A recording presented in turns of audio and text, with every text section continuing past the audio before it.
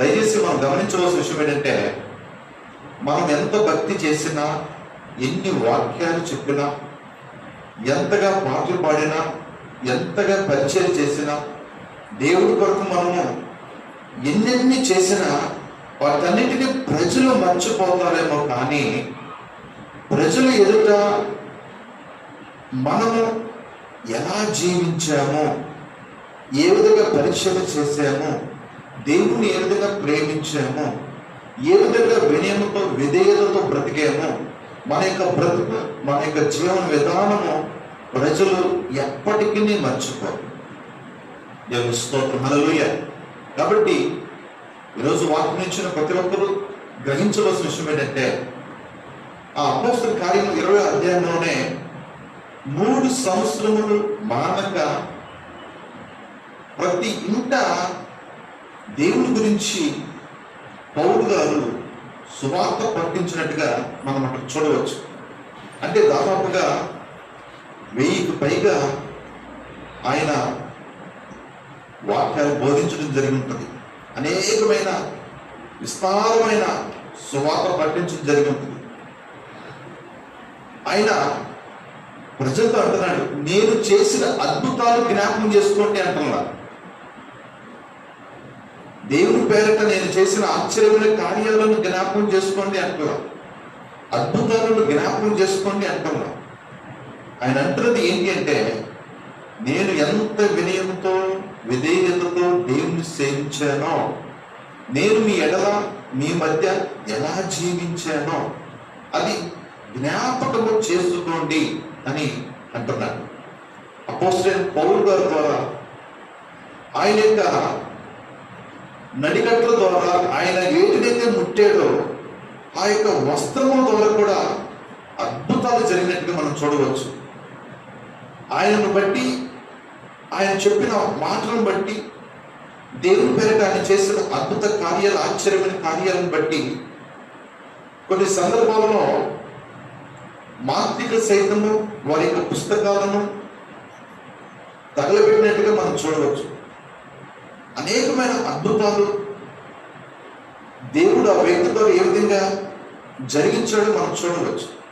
అయితే వాటన్నిటిని జ్ఞాపకం చేసుకోండి అని అనకుండా, నేను ప్రభువుని ఏ విధంగా వినయముతో పూర్ణ మనసుతో దేవుణ్ణి సేవించానో, మీ మధ్య నేను ఎంత వినయంతో నడుచుకున్నానో అది ఒకసారి జ్ఞాపకం చేసుకోండి అని అంటున్నాడు. ఈరోజు వాక్యం ఇచ్చిన ప్రియమైన దేవుని బిడ్డలారా, నీ పాట మర్చిపోతారేమో కానీ, నువ్వు చెప్పిన వాక్యము మర్చిపోతారేమో కానీ, నువ్వు చేసే పరిచర్య మర్చిపోతారేమో కానీ, నీవు నడుచుకున్న విధానము, ప్రజల మధ్య నువ్వు జీవించిన విధానము, దానిని ఎవ్వరూ మర్చిపోలేరు. కాబట్టి అంత ధైర్యంగా పౌలు గారు అనగలుగుతున్నాడు, నేను మీ మధ్య ఎలా నడుచుకున్నానో ఒక్కసారి జ్ఞాపకం చేసుకోండి. నేను ప్రభువుని ఏ విధంగా వినయంతో విధేయతతో సేవించానో ఒకసారి జ్ఞాపకం చేసుకోండి అని చాలా చక్కగా మాట్లాడుతున్నారు. ఈరోజు దేవుని సన్నిధిలో ఉన్న నీవు, క్రైస్తవుడని చెప్పుకుంటున్న నీవు, ప్రజలు నీ గురించి అట్టి విధానమైన పౌలు గారి వలె మంచి సాక్ష్యము నీవు కలిగి ఉన్నావా లేదా అనేది ఎవరికి వారు ఆత్మ పరిశీలన చేసుకోవాల్సిందిగా ప్రభు పేరిట మనవి చేస్తున్నాం. కాబట్టి మనము ప్రజల మధ్య దేవుని సన్నిధిలో దేవుని కొరకు ఎలా బ్రతుకుతున్నామో, ఎలా ప్రవర్తిస్తున్నామో, ఎలా జీవిస్తున్నామో, ఆ సాక్ష్యాన్ని ఎలా కాపాడుకుంటున్నామో అన్నది ప్రజల హృదయాల్లోనూ వారి యొక్క కనుదృష్టిలో ఎల్లప్పుడూ స్థిరమైన ముద్రగా ఉండిపోతుంది.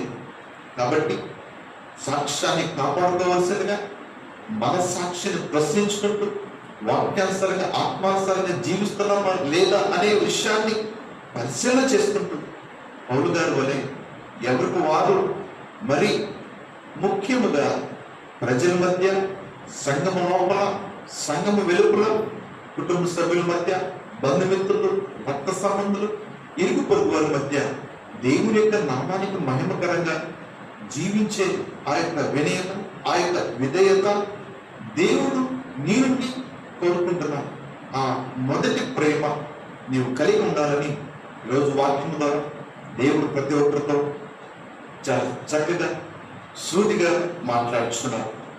ఎన్ని అద్భుత ప్రసంగాలు నువ్వు చేసి ఉండినా, ఎన్ని అద్భుతకరమైన సాక్ష్యాలను వినిపించిన, పాటలు పాడిన, విస్తారమైన పరిచయం చేసిన నీలో ఆ వినయము, ఆ విధేయత, ప్రజల మధ్య నువ్వు నడుచుకున్న విధానము దేవుని యొక్క నామానికి మహిమకరంగా ఉండకపోతే, ప్రజలు దానిని స్వీకరించే విధానంలో ఉండకపోతే అదంతా వ్యర్థమే అనే విషయాన్ని ఎవరు వారు గ్రహించుకోవాల్సిందిగా ప్రభు పేరిట మనం చేస్తున్నాం. జాగ్రత్తగా గమనించిన పేమిట ఆ స్టేజ్ మీద, ఆ మందిరంలో దేవుడి కొరకు నువ్వు ఎంతైనా చేసి ఉండొచ్చు, కానీ ప్రజల మధ్య, కుటుంబ సభ్యుల మధ్య, బంధుమిత్రుల మధ్య, సంఘం వెలుపల, ఇరుగు పొరుగు వారి మధ్య నీ ప్రవర్తన విధానము, నీ జీవన విధానము దేవుని యొక్క నామానికి మహిమకరంగా ఉండకపోతే ఆ వినయం, ఆ విధేయత అనేది, ఆ పవిత్రమైన ప్రేమ తోటి వారి ఎడల నువ్వు చొప్పగా ఉండగా ఉండినట్లయితే అటువంటి వారందరూ పౌరు గారి వలె జీవించాలని, దేవుడి కొరకు బ్రతకాలని ప్రజలు నీ నుండి చూసేది ఏంటి అంటే ఆ ప్రేమ, ఆ ఆత్మ ఫలము నువ్వు కలిగి ఉండాలి. దానిని నువ్వు కాపాడుకుంటూ దేవుడిచ్చిన రక్షణను నువ్వు కొనసాగుతూ పౌలు గారి వలె నేను మీ మధ్య ఏ విధంగా జీవించానో అట్టి విధముగా మీరు మంచిగా జీవించాలి అని చెప్పగలిగే విధముగా ఎవరికి వారు ఆత్మీయంగా ఎదగాలని ప్రభు పేద మనం చేస్తూ దేవుడు ఈ కొద్ది మాటను దీవించును గాక. ఆమేన్.